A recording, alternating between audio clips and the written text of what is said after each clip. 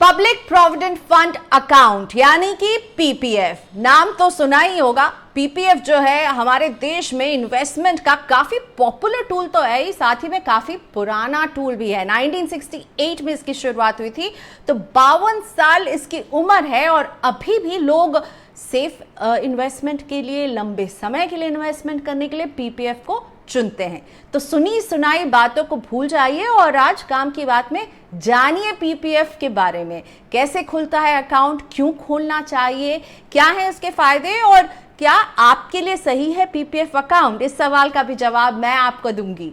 मैं हूं प्रियंका संभव, मैं लेकर आती हूं काम की बात। मेरे इन वीडियो से अगर आपको मिलती है मदद तो मेरे YouTube चैनल को सब्सक्राइब कीजिए, और अगर आप मेरा ये वीडियो देखते हैं सत्य हिंदी के YouTube चैनल पर तो सत्य हिंदी के YouTube चैनल को भी सब्सक्राइब करना ना भूलिएगा, ताकि इस तरह के वीडियोस आपसे मिस ना हो।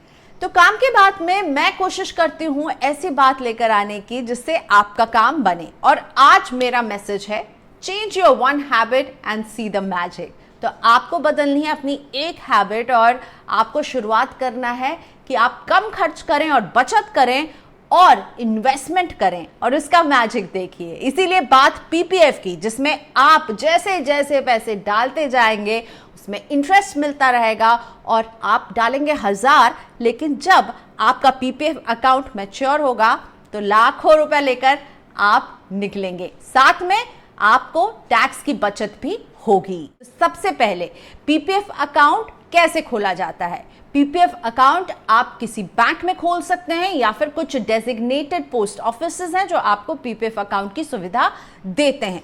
पहले पीपीएफ अकाउंट केवल नेशनलाइज्ड बैंकों में ही खुलता था, लेकिन अब तो सारे ही प्राइवेट बैंक्स जो हैं वो आपको पीपीएफ अकाउंट खोलने की सुविधा दे रहे हैं। ऑनलाइन भी आप पीपीएफ अकाउंट के लिए अप्लाई करके खोल सकते हैं, यानी बिना बैंक को विजिट किए भी आप खोल सकते हैं।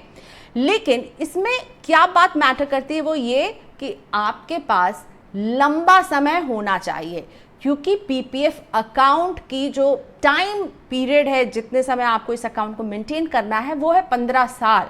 15 साल के लिए आपके पैसे इसमें लॉक हो जाते हैं, यानी आप निकाल नहीं सकते।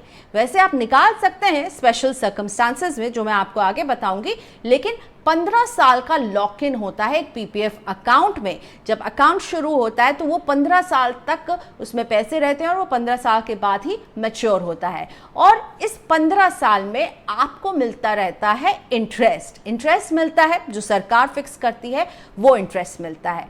हर साल के अंत में ये इंटरेस्ट आपको दिया जाता है, लेकिन ये ध्यान रखें कि ये मंथली जोड़ा जाता है और क्वार्टरली दिया जाता है। थोड़ा सा कंफ्यूजन है, मैं आपको बताती हूँ।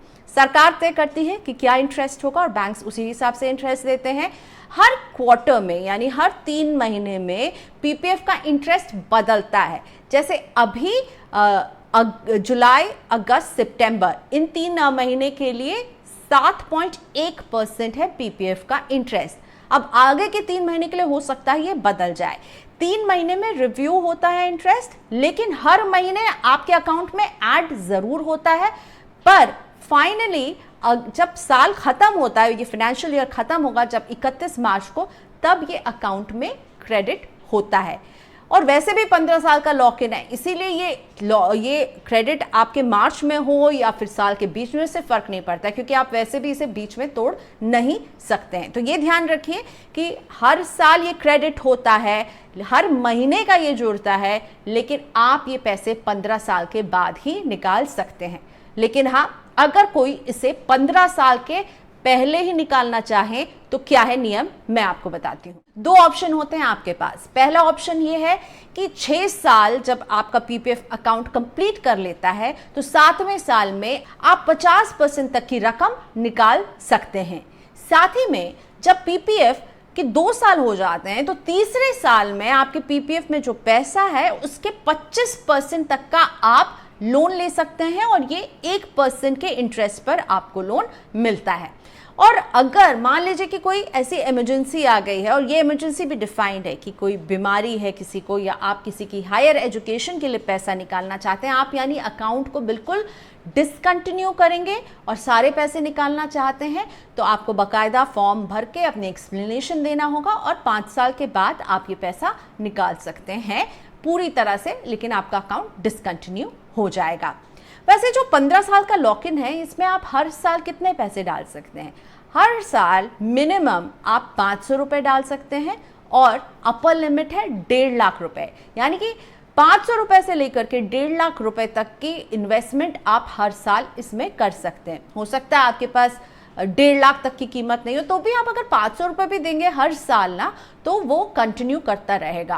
पहले ये लिमिट थी कि एक साल में कोई पीपीएफ अकाउंट में केवल 12 बार ही पैसे डाल सकता है, लेकिन अब ये लिमिट हट गई। आप जितने बार जाएं उतने बार आप पैसे इसमें डाल सकते हैं, लेकिन 1.5 लाख से ऊपर डालने की आपको अनुमति नहीं है। अपर लिमिट 1.5 लाख की ही रखी गई है पीपीएफ अकाउंट। अच्छा, पीपीएफ अकाउंट में पैसे कब डालें? टाइमिंग बहुत इंपॉर्टेंट है, स्पेशली अगर आप मंथली कंट्रीब्यूशन कर रहे हैं अपने पीपीएफ अकाउंट में, तो ये ध्यान रहे कि आपको हर महीने की 5 तारीख तक पीपीएफ में अपना कंट्रीब्यूशन दे देना चाहिए, क्योंकि 5 तारीख को जो भी आपके अकाउंट में बैलेंस होता है उसी पर इंटरेस्ट कैलकुलेट होता है। भले ही आपको साल के अंत में मिलता हो, लेकिन मंथली इंटरेस्ट कैलकुलेट होता है और 5 तारीख को जो भी बैलेंस होता है उसी पर इंटरेस्ट मिलता है। मान लीजिए कि आप हर महीने 5,000 देते हैं, आपने अप्रैल के महीने में 5,000 रुपए देकर के इस अकाउंट की शुरुआत की। अब मई में जब आप पैसे डालेंगे तो आप 5 मई के पहले ही डाल दीजिएगा, क्योंकि अगर आप 7-8 मई को डालेंगे तो आपको 5,000 थे, क्योंकि 5 मई को आपने जो अप्रैल में डाला था तो 5,000 पर ही इंटरेस्ट मिलेगा। लेकिन आप जैसे ही मई में 5,000 उसमें और एक्स्ट्रा ऐड कर देंगे तो आपको 10,000 पर इंटरेस्ट मिलेगा। तो इसलिए ध्यान रहे कि 5 तारीख को आपको इसमें पैसे कंट्रीब्यूट कर देने हैं। और इसीलिए कई बार लोग ये भी करते हैं कि जैसे ही फाइनेंशियल ईयर की शुरुआत होती है, तो अगर उन्होंने अपने लिए एक लक्ष्य बनाया कि मैं हर साल 50,000 रुपए अपने पीपीएफ अकाउंट में डालूंगा, तो साल की शुरुआत में ही वो 50,000 डाल देते हैं कि चलो काम खत्म, अब वो 50,000 पर इंटरेस्ट उनको मिलता रहता है। हर महीने उन्हें रिव्यू करने की जरूरत नहीं है, हर महीने 5 तारीख को चिंता करने की जरूरत नहीं है कि इसमें पैसे आपको डालने हैं। पीपीएफ की एक और खास बात है कि ये आता है टैक्स के मामले में एग्जेम्प्ट की कैटेगरी में। यानी कि जब आप इसमें पैसे डालते हैं तो उस पर आपको कोई टैक्स नहीं लगता है। आप एटीसी के तहत अपने कंट्रीब्यूशन को डिडक्शन दिखाकर टैक्स छूट लेंगे। आपको पीपीएफ में जो भी इंटरेस्ट मिलता है हर साल, उस पर भी कोई टैक्स नहीं लगता। हम सब जानते हैं कि फिक्स डिपॉजिट के इंटरेस्ट पर आपको टैक्स देना होता है।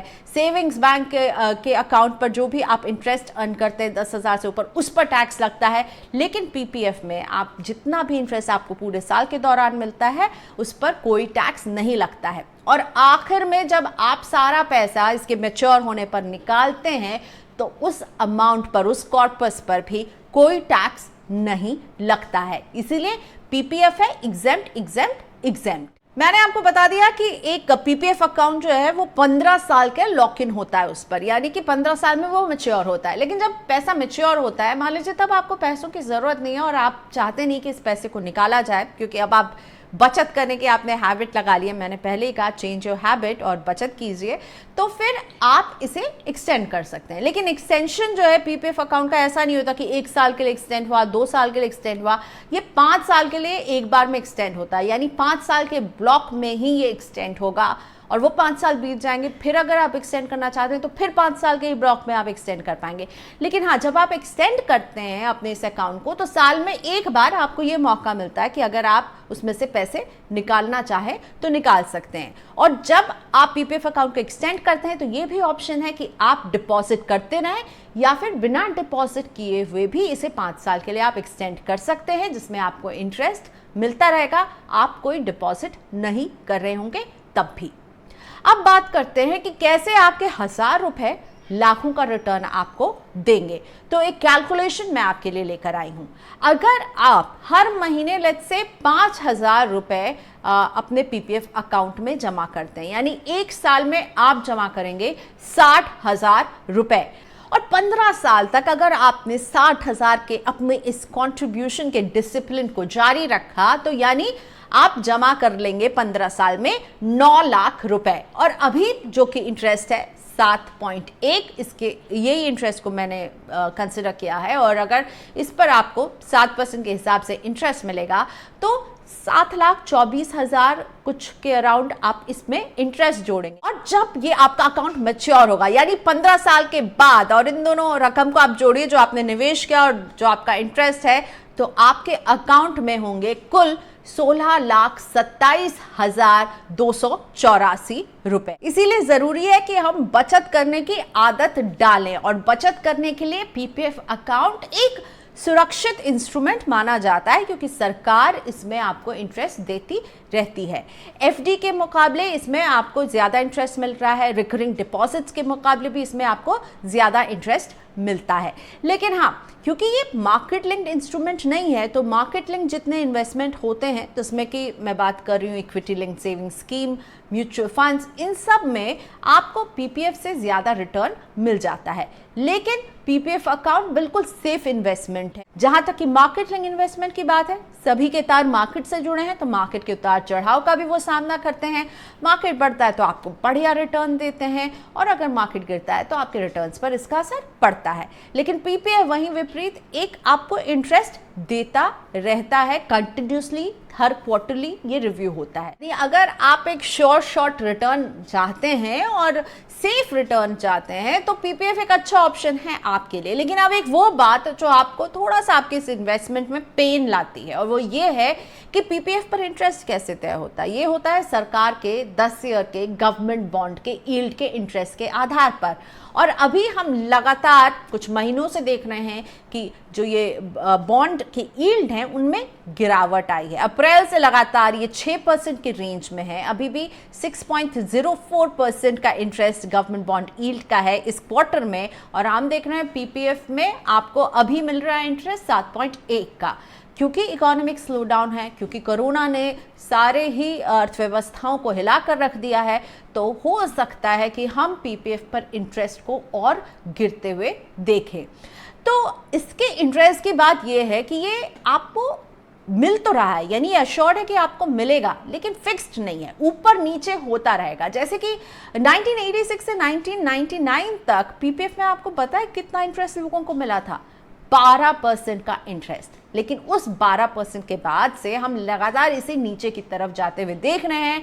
अभी पिछले कुछ क्वार्टर से ये 7% की रेंज में रहा है, अभी 7.1 पर रह गया है, और गिवन द इकोनॉमिक कंडीशन ये इससे भी नीचे जा सकता है, तो उसके लिए आपको तैयार रहना होगा। लेकिन हाँ, लंबी अवधि के लिए पीपीएफ को एक अच्छा इंस्ट्रूमेंट माना जाता है उन लोगों के लिए जो ज्यादा रिस्क नहीं लेना चाहते हैं और अशोर्ट रिटर्न चाहते हैं।